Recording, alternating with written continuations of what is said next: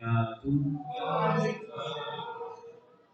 Alhamdulillah, wassalatu wassalamu ala Rasulillah wa ala alihi wa sahbihi wa man walah. La haula wa la quwwata illa billah.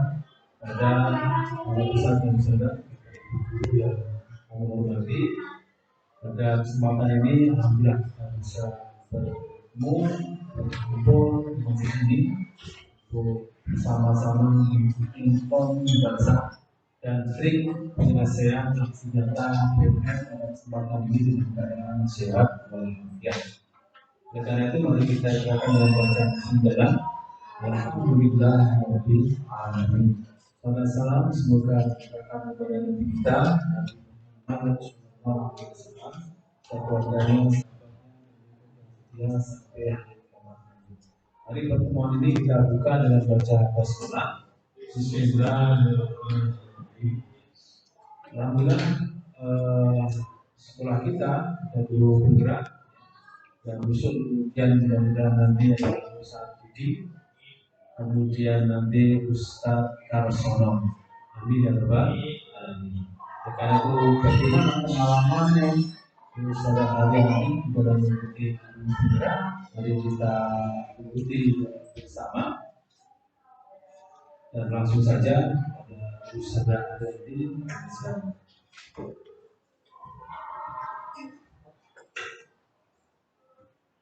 Terima kasih Ustaz Syarif. Ya, Assalamualaikum warahmatullahi wabarakatuh. Yang terhormat Kepala Sekolah SMP Islam Al-Irsyad Cilacap, Ustaz Syarif Mubarak.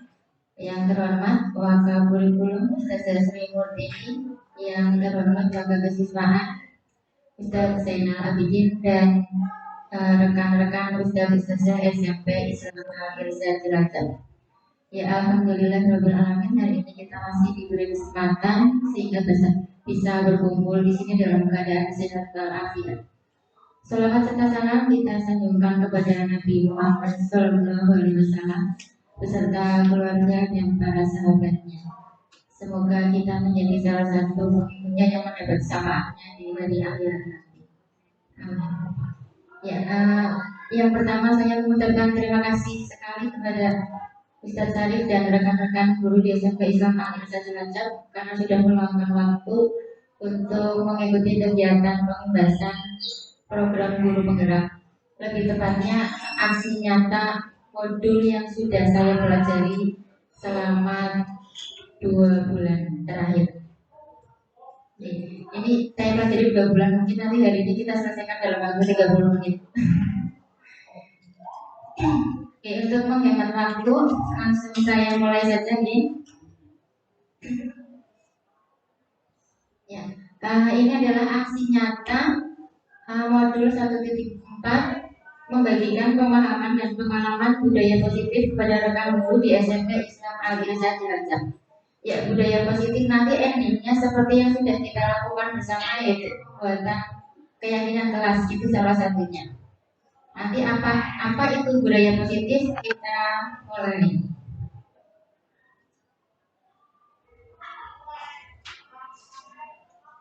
Ya, ini ringkasan materinya, disiplin positif. Materi khusus untuk para guru sebenarnya. Disiplin positif yang mau kita bahas itu diantaranya adalah tentang kebutuhan siswa yang perlu kita pahami, kemudian tentang posisi guru di hadapan siswa. Ya, langsung ini kebutuhan dasar manusia atau 5 kebutuhan dasar siswa yang perlu kita pahami agar kita nanti dalam memberikan pembelajaran di kelas bisa menyesuaikan apa sih sebenarnya yang dibutuhkan oleh peserta didik kita di kelas. Yang pertama yaitu kebutuhan bertahan hidup. Ya, kalau saya ringkaskan itu 5 kebutuhan ini dapat kita amati jika anak melakukan pelanggaran atau menimbulkan masalah di sekolah ataupun di rumah. Nah, kita nanti bisa menganalisis sebenarnya kebutuhan hidup mana yang memicu perilaku peserta didik itu sehingga melakukan pelanggaran itu. Ya, kalau kebutuhan bertahan hidup itu dapat kita pahami, misalkan ada anak yang mengambil makanan temannya ketika jam makan siang. Nah, kalau dia kekurangan kebutuhan hidup ini, berarti niatnya dia mengambil makanan itu memang dia sedang lapar. Sedangkan ibunya atau orang tuanya tidak memberikan atau mengirim makan siang. Itu sebenarnya, oh di sini jarang ya yang kejadian seperti itu. Nah, kenapa? Ada ya, tapi jarang. Ya, selanjutnya untuk kebutuhan penguasaan ini juga dapat kita amati ketika ada kejadian atau pelanggaran siswa. Kalau kebutuhan pengawasan itu dapat kita apa ya? Titik atau ciri-cirinya adalah kebutuhan ini adalah kebutuhan untuk penguasaan, untuk mencapai sesuatu menjadi lebih kompeten atau terampil dan diakui oleh orang lain. Ya, yang caper-caper itu mungkin dia kepengen dianggap sebagai penguasa. Nanti kita triknya bagaimana nanti di akhirnya ada. Terus kebutuhan kasih sayang dan rasa diterima.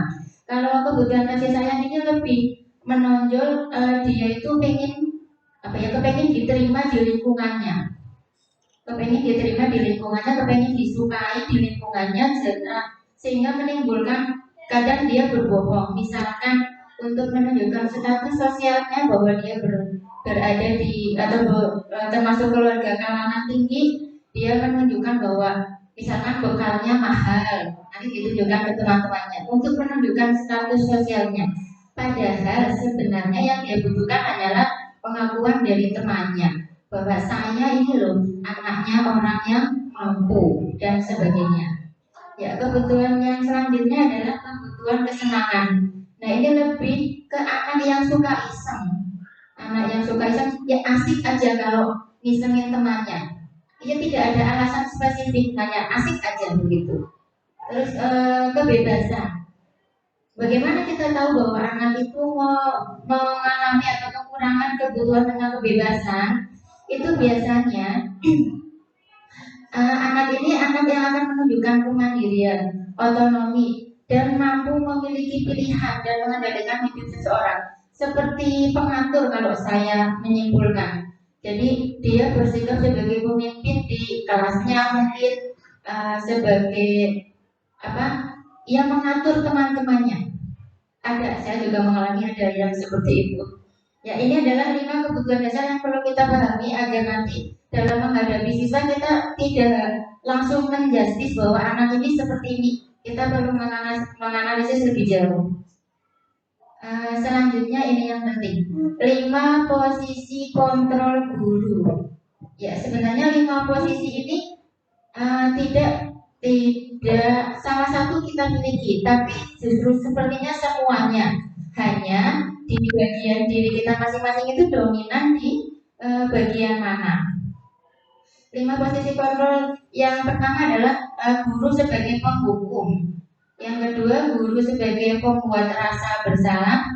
Yang ketiga, sebagai teman, sebagai pemantau, dan sebagai manajer. Nah, dari kelima posisi ini yang paling bagus yang sebagai manajer.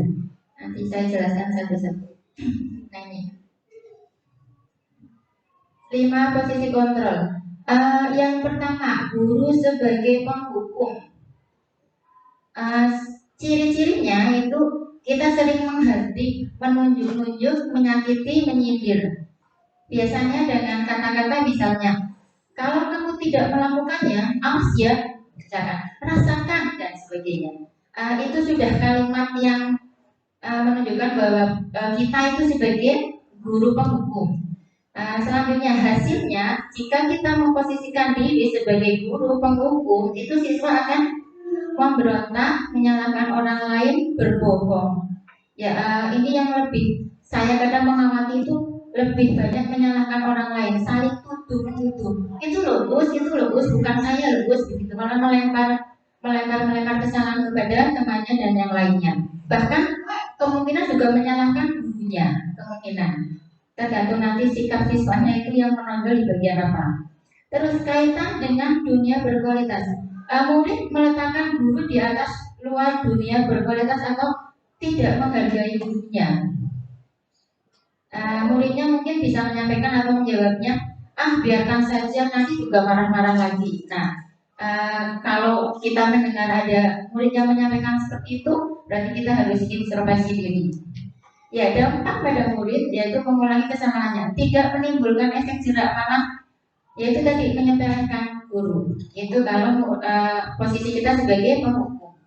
Ini yang kedua adalah posisi guru sebagai pembuat orang merasa bersalah. Tindakan yang sering dilakukan adalah berceramah mengatakan seharusnya kamu begini loh, atau ibu kecewa dengan kamu.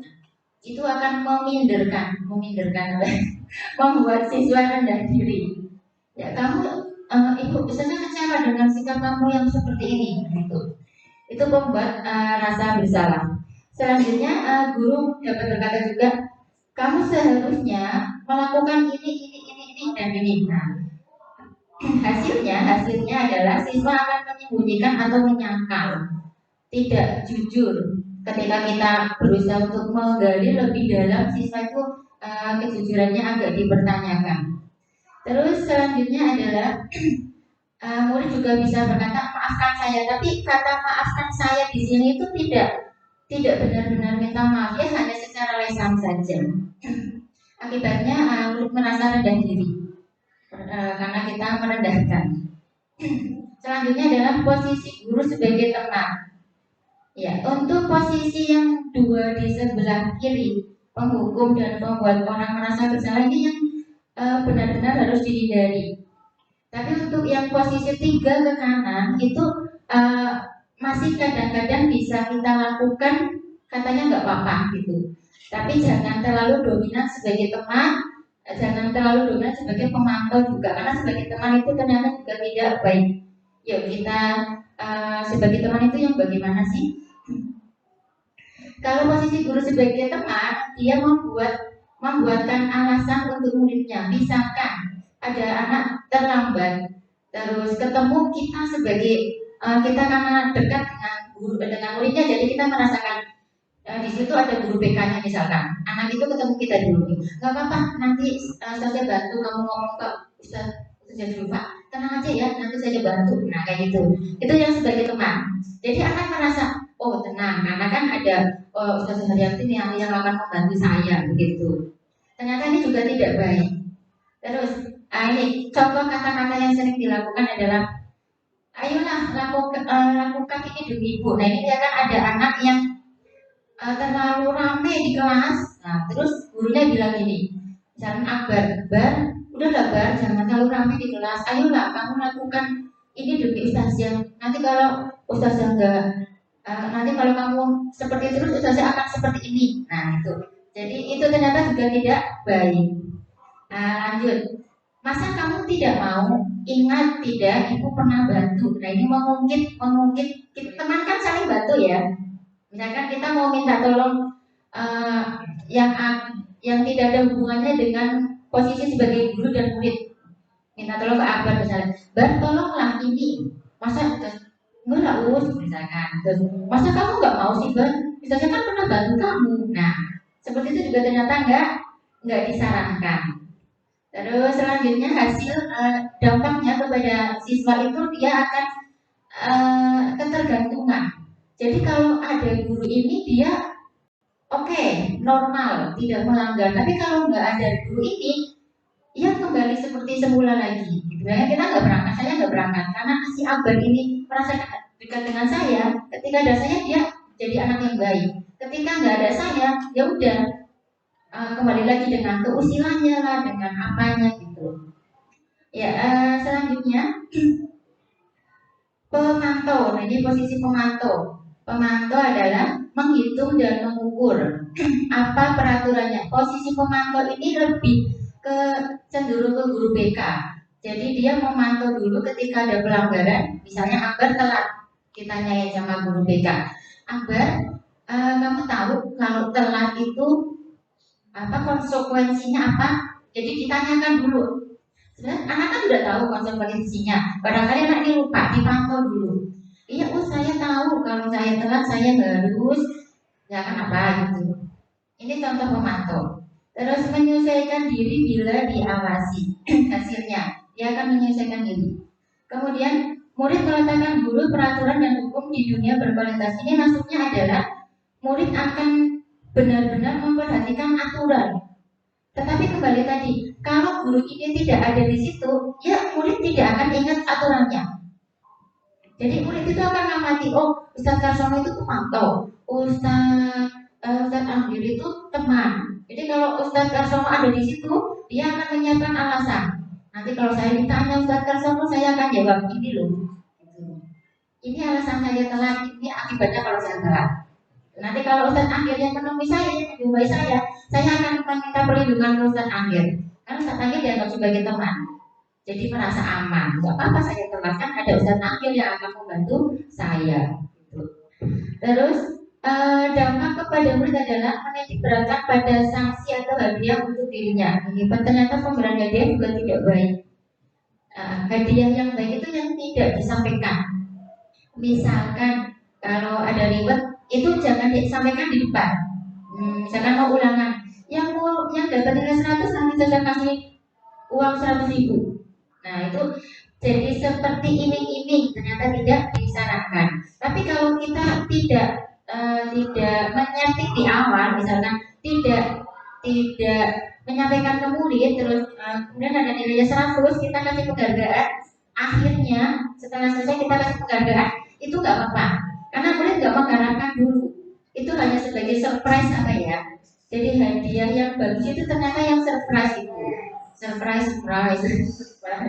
Tapi yang kita sampaikan di depan itu akan terus berkaitan dengan penghargaan juga. Ternyata penghargaan itu juga tidak disarankan.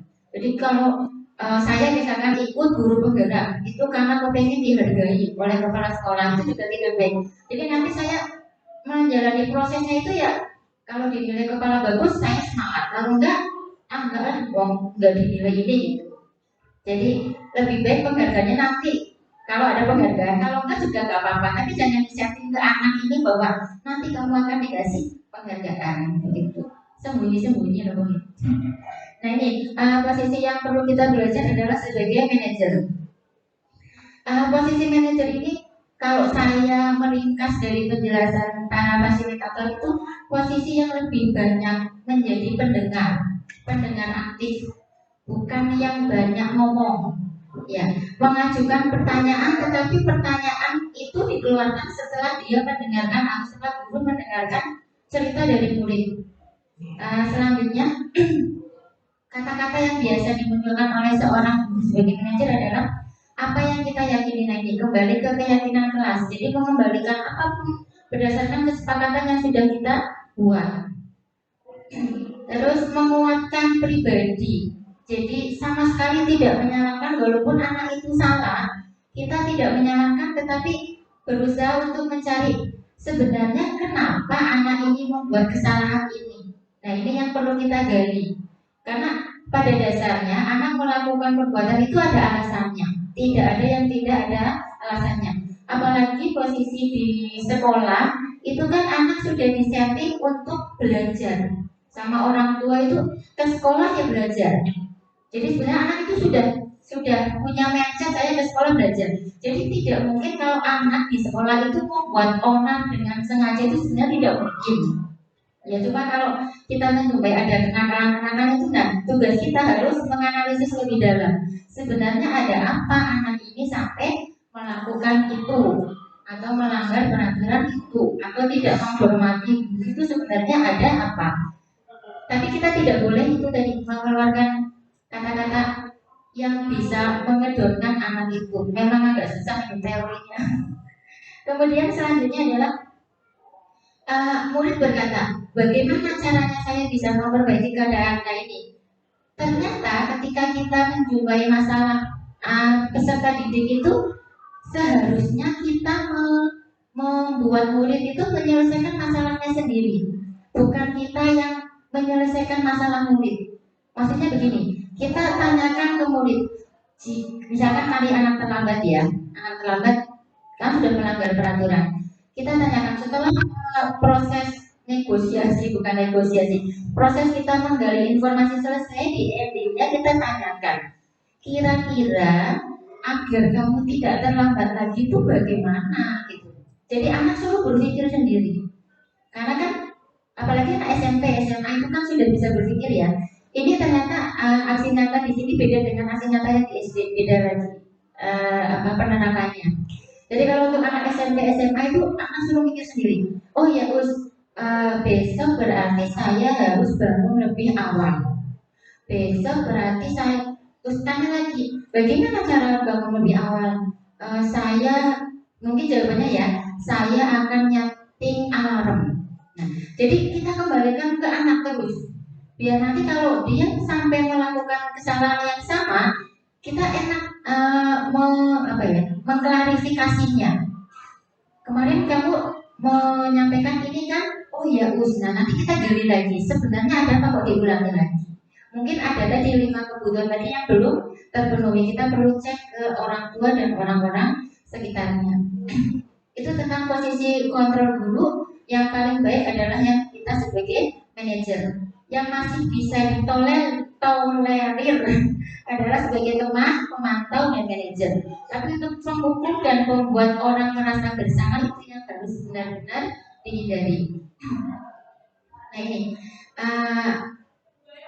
kuis untuk Ustazah. Kalau ada pernyataan-pernyataan begini, ini sebagai atau siapa yang mengatakannya? Contohnya, 1. Saya kecewa sekali dengan kamu. Ini kira-kira posisi gurunya sebagai apa? Iya, apa? Membuat rasa bersalah. Iya betul. Terus udah ada jawabannya ya. Kamu tidak benar-benar melakukannya. Ini kadang kita juga kadang keceplosan ya. Kamu tidak pernah benar melakukannya, termasuk hukum. Terus, ayolah lakukan demi ibu. Nah, ini merayu. Ini sebagai teman. Terus pemantau. Apakah kamu mau mendapatkan stiker bintang hari ini? Nah ini untuk anak SD ya. Pemantau.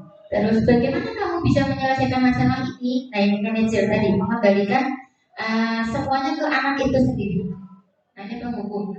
Kamu selalu yang paling terakhir. Dari jangan telat. Terus dijas.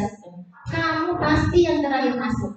Tuh, ternyata kalimat itu adalah kalimat penghukum. Nah, kenapa kita harus belajar tadi 2 itu? Karena berkaitan dengan teori motivasi. Motivasi yang paling bagus itu kan yang dari internal ya. Seperti yang keyakinan kelas itu, kenapa harus dibuat keyakinan kelas? Sebenarnya biar anak itu melakukan sesuatu benar-benar dari dirinya, bukan karena dilihat, bukan karena peraturannya seperti ini, bukan karena langkah kesiswaannya begitu. Harusnya begitu, tapi ini agak susah kan? Ya, motivasi eksternal ini untuk menghindari hukuman. Apa yang akan terjadi apabila saya tidak melakukannya? Ini masih, kalau ada anak berpikir seperti itu berarti masih belum dari diri sendiri. Selanjutnya juga untuk mendapatkan imbalan. Nah ini karena kayak saya daftar guru penggerak itu ya karena pengen dapat penghargaan, karena pengen dihargai di sini. Nah itu berarti ini masih eksternal. Tapi kalau saya mendaftar sebagai guru penggerak karena pengen mendapatkan ilmu yang banyak, pengen dapat pengalaman yang lebih untuk bisa membuat saya belajar banyak dan sebagainya, itu yang sudah kategori ke motivasi internal, itu akan lebih nyaman. Apalagi nanti tugasnya banyak, ya sudah gitu ya. Jadi kalau motivasinya eksternal nanti berat banget, artinya motivasi internal ini untuk menghargai diri sendiri. Saya akan menjadi orang yang seperti apa bila saya melakukannya? Saya akan menjadi guru yang seperti apa jika saya ikut program guru penggerak? Itu jadi memang dari diri sendiri saya niat jadi guru penggerak karena ini gitu. Nah ini program kebajikan atau apresiasi. Ternyata berdasarkan materi yang saya pelajari itu memberikan apresiasi juga ada aturannya. Ya, ketika memberikan apresiasi terhadap murid ya terutama, kita perlu memberi pengakuan secara positif. Jadi lebih ke kontak mungkin, biar lebih mengenai ustazah ini mengapresiasi saya gitu. Beri pengakuan secara pribadi, beri pengakuan kepada semua murid secara bergantian, beri pengakuan secara konsisten dan fokus pada proses.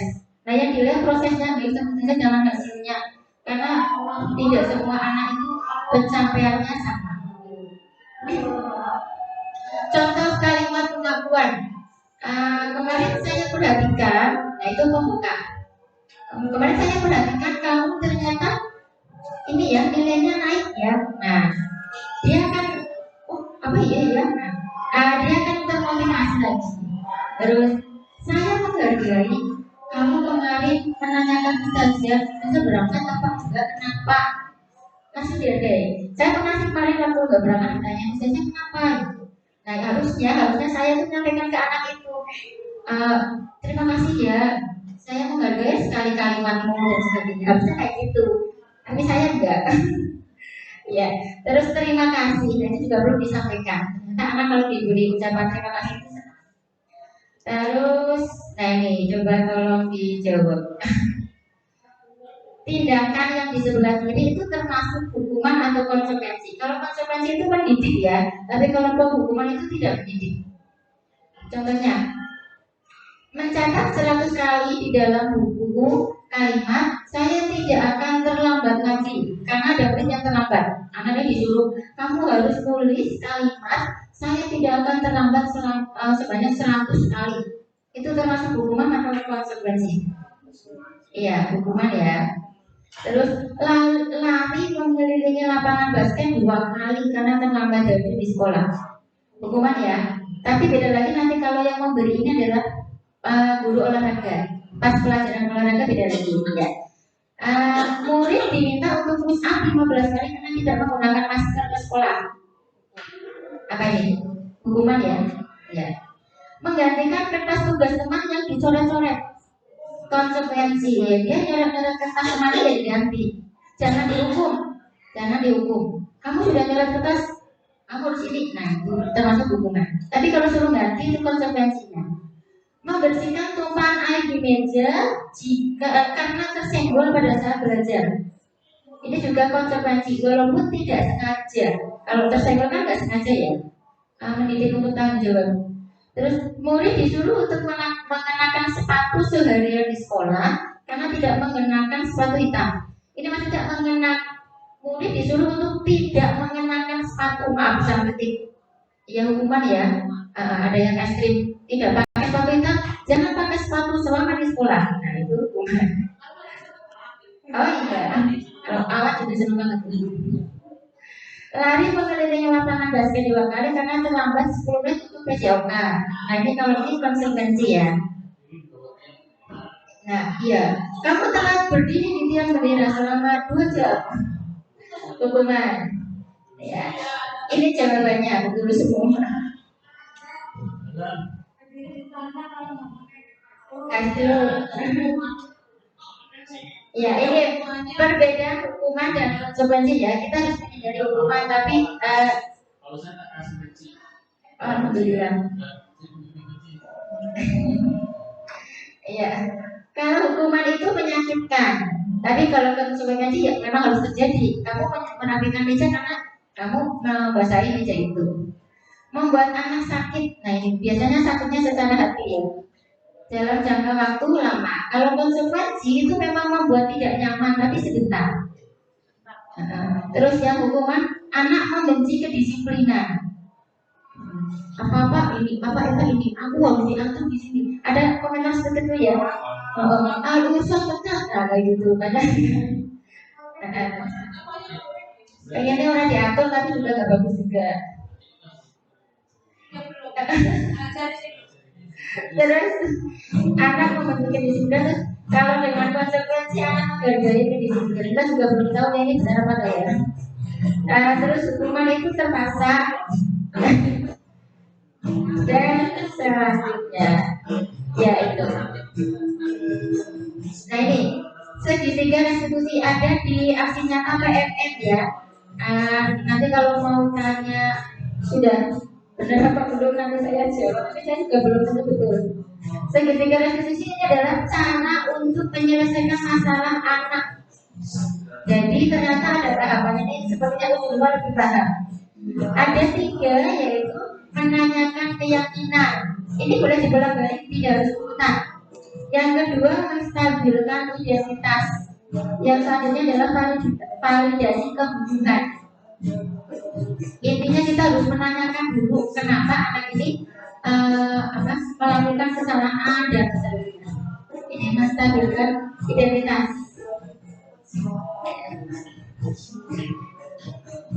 Ini kata-kata yang kita perlu belajar ya. Ketika ada anak berbuat salah, kita tanyakan, kamu pasti punya alasan mengapa kau melakukannya. Ini kalimat untuk menggali cerita si anak dan sebagainya. Ya, terus menanyakan keyakinan, apakah kamu melakukan ini sesuai dengan kesepakatan kita? Ditanyakan. Nah, ini kemarin waktu saya membuat kelas dengan kelas ini, hasilnya sudah saya share juga ya di PNM. Sudah dibuat belum ini? Yang aslinya di PNM tentang keyakinan kelas sudah? Bus aneh kayaknya baru selesai ya? Oh belum selesai. Ya, ini yang mau ditanyakan saja. Mengapa tidak beraturan saja? Mengapa harus keyakinan? Ya tadi karena kita targetnya adalah anak termotivasi secara intern, bukan dari luar. Ya. Nah, sebenarnya ending dari disiplin positif ini adalah ini profil pelajar Pancasila. Intinya memang kita harus jadi guru itu yang berpikiran luas. Nah, ini kesimpulannya.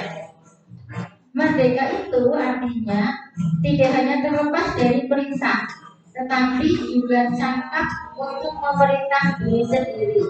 Kalau sudah termotivasi kan kita kerja sendiri, tidak bisa dilihat orang. Terima kasih. Ini semoga saya menjadi guru dengan hati yang happy. Semuanya kembaliannya. Terima kasih saudara untuk perhatiannya. Semoga ilmu yang saya dapatkan dapat juga bermanfaat di saudara. Terima kasih Kak Salim. Assalamualaikum warahmatullahi wabarakatuh.